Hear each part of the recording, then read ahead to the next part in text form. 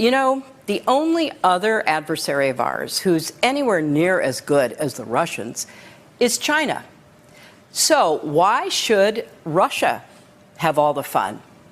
And since Russia is clearly backing Republicans, why don't we ask China to back us? I hereby tonight ask China. That's right. And not only that, China, if you're listening, why don't you get Trump's tax returns? I'm sure our media would richly reward you.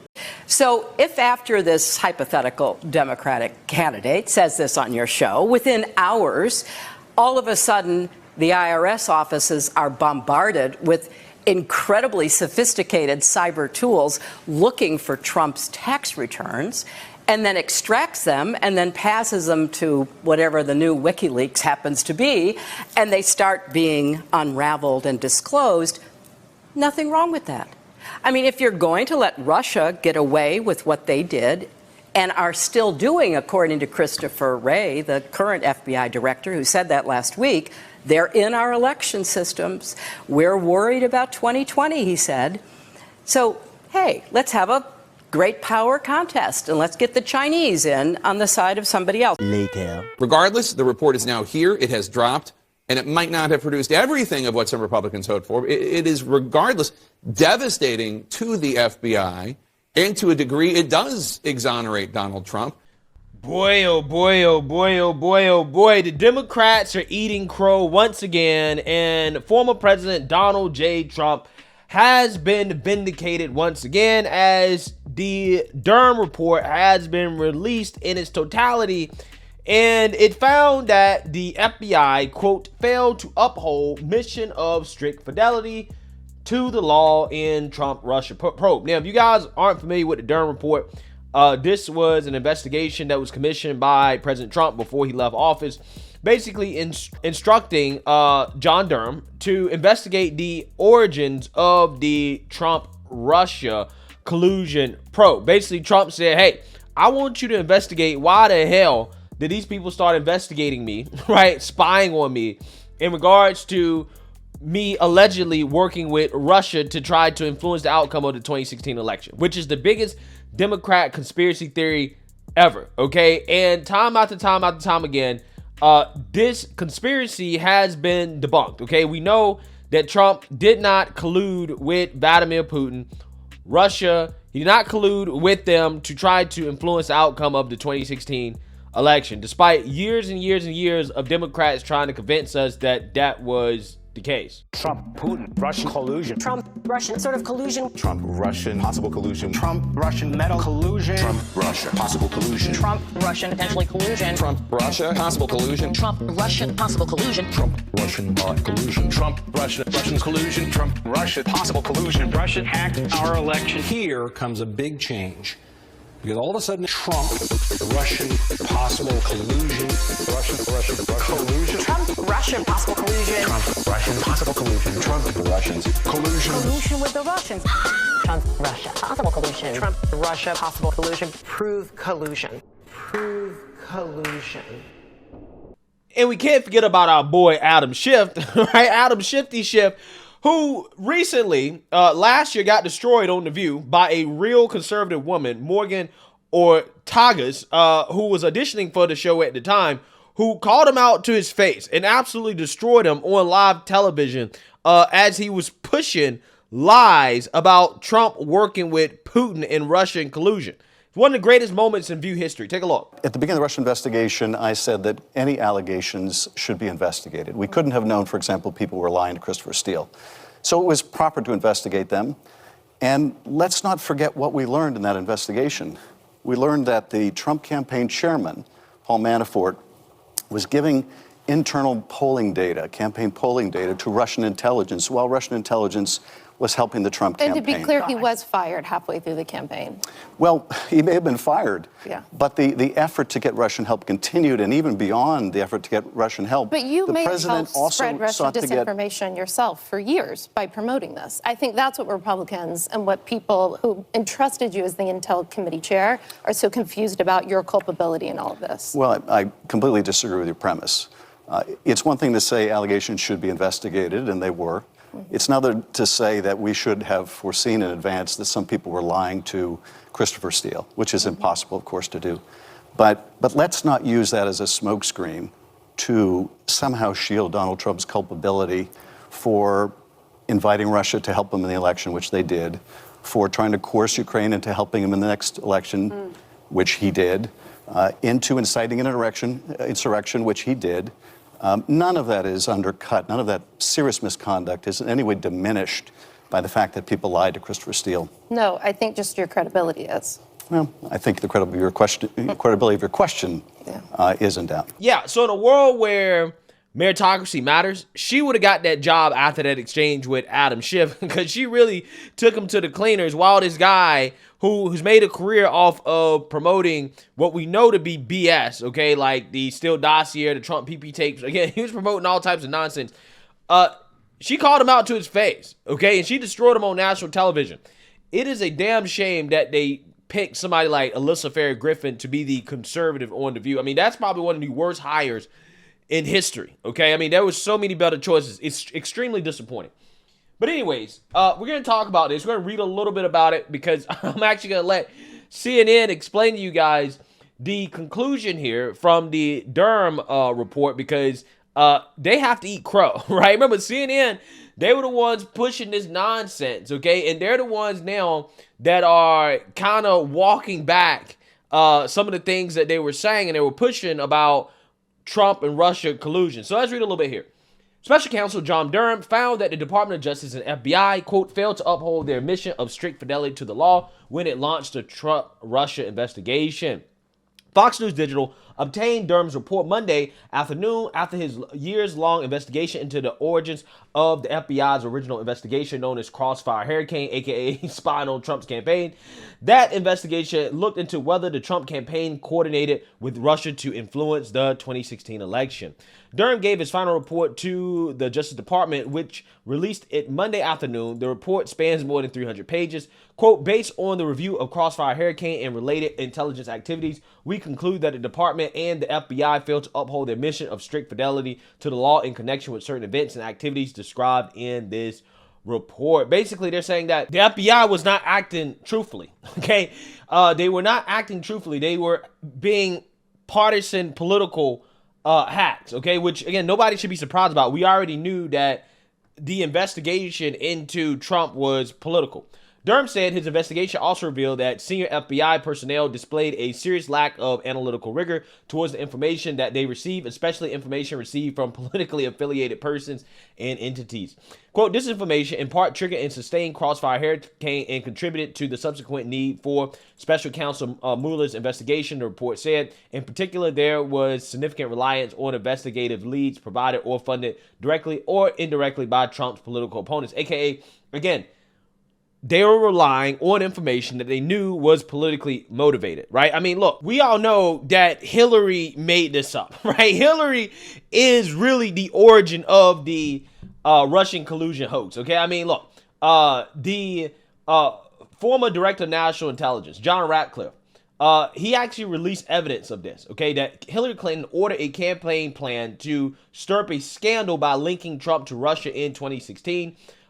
He had handwritten notes by then CIA director John Brennan, okay, who is now an anti-Trumper, that alleged approval by Hillary Clinton on July 26, 2016 of a proposal from one of her foreign policy advisors to vilify Donald Trump by stirring up a scandal claiming interference by Russian security services. I'm just saying. I mean, like, come on. Everybody knew what this was. But again, the media went with it anyways. Okay, so let's read a little bit more here, and then we can get into CNN's reaction. Quote, the department did not adequately examine or question these materials and the motivations of those providing them, even when at about the same time the director of the FBI and others learned of significant and potentially contrary intelligence, the report said. Durham is referring to past FBI leadership in this report, specifically former FBI Director James Comey and former FBI Deputy Director Andrew McCabe. Yeah, so he's destroying the FBI, right? He's basically saying, look, the FBI was not acting faithfully to the law, okay? They knew that this was BS, but they went along with Operation Crossfire Hurricane anyways, which led into the Steele dossier, which was the Trump PP tape stuff and the Mueller investigation, which found that there was no collusion. Okay. So, yeah, I mean, let's actually take a look at CNN's reaction to this because, again, they are admitting that this is really, really, really bad look for the FBI. Take a look. Report is now here. It has dropped, and it might not have produced everything of what some Republicans hoped for. It is, regardless, devastating to the FBI, and to a degree, it does exonerate Donald Trump. Let's bring in CNN senior justice correspondent Evan Perez. Evan, what exactly did Durham find in this report? Well, Jake, the bottom line finding from John Durham's 4-year investigation is that the FBI moved very quickly to investigate these allegations of connections of collusion between the Trump campaign and Russia, and that they did so by ignoring a lot of evidence that would have led them to drop that altogether. He's saying that they may have had reason to open a preliminary investigation, an assessment. Perhaps these are very, very low-level investigations. But certainly what he finds is that there wasn't enough there to support the FBI's decision to open a full-blown investigation of this of the Trump-Russia ties back in 2016. I'll tell you one part of what he writes here. He says that it seems highly likely that at a minimum, confirmation bias played a significant role in the FBI's acceptance of extraordinarily serious allegations derived from uncorroborated information that had not been subjected to the typical exacting analysis that the FBI usually uses. He goes on to say that the FBI discounted or willfully ignored material information that did not support the narrative of a collusive relationship between Trump and Russia. There's a lot of very sharp criticism here of the former FBI leadership, James Comey, Andy McCabe, who were running the FBI and who oversaw a lot of these, a lot of the steps that the report goes into, Jake. But as you pointed out, bottom line, there are no additional charges. Nobody is bringing charges against Comey or anybody else that the former president Trump kept saying he expected them to. There was a former Clinton campaign outside lawyer who was brought up on charges. He was acquitted. Again, in here, there's a footnote that points out there's no chargeable crimes against people in the Clinton campaign. Again, something that the former president said he expected this investigation to find, Jake. So it's very interesting. First of all, we should note that when President Biden took office, there were two special counsels, or one U.S. attorney and one special counsel, that he let continue doing their jobs. One was John Durham doing this case, and the other one was the U.S. attorney in Delaware investigating Hunter. So that is why this was allowed to proceed. A couple quotes here from Durham's report. One, based on the review of Crossfire Hurricane, that's the investigation into Trump and Russia, and related intelligence activities, we conclude that the Justice Department and FBI failed to uphold their important mission of strict fidelity to the law in connection with certain events and activities described in the report. And he says about, quote, regarding certain personnel intimately involved in the matter, there was a, quote, predisposition to open an investigation into Trump. He is basically saying, he's not, these are not criminal allegations, but he's saying that this was unprofessional and failed to meet the standards of the Justice Department and the FBI. Yeah, so you see that, you hear that. Again, even CNN is saying this looks bad for the FBI, okay? They look like partisan actors, which they are. I mean, we all knew that. But I think my point is this. This is why I don't care about the mainstream liberal media crying about the 2020 election. I don't care about the Democrats crying about the 2020 election and the claims that are made about the 2020 election, because they quite literally spent 4 or 5 years claiming that the 2016 election was rigged by Russia in favor of Trump with really no evidence whatsoever. And it all turned out to be a lie that was made up by Hillary Clinton. Okay. And it took 5, 6, 7 years for the truth to finally come out. Again, these people want to sit on their high horse and act like, oh, we don't ever make claims about the election. We don't question elections. When, again, you spent years questioning the 2016 election, right? Some of them are still questioning the 2016 election, and they're going to continue to do it. But again, all just to find out that all these investigations into Trump was a waste of taxpayer money. Millions of dollars wasted. The terrible thing is that these people aren't spending time in jail, right? The people that were heading the FBI, Comey, McCabe, they should be going to jail. They should be doing prison. They spent millions of taxpayer dollars investigating something that they know was bullshit. And that's what's wrong with our politics. These unelected bureaucrats who are acting as political actors don't go to jail. They don't get punished when they're exposed. Because I think, in my opinion, spending millions of taxpayer dollars to investigate something that you know is not true, is bunk, is false, because you want to be a political hack, I think that should be a crime. I think that you should do jail time for that. I really do. And that's the part about this that pisses me off. I'm sick and tired of these people trying to lecture me on elections when they spend so much time. They spent so much time questioning the 2016 election.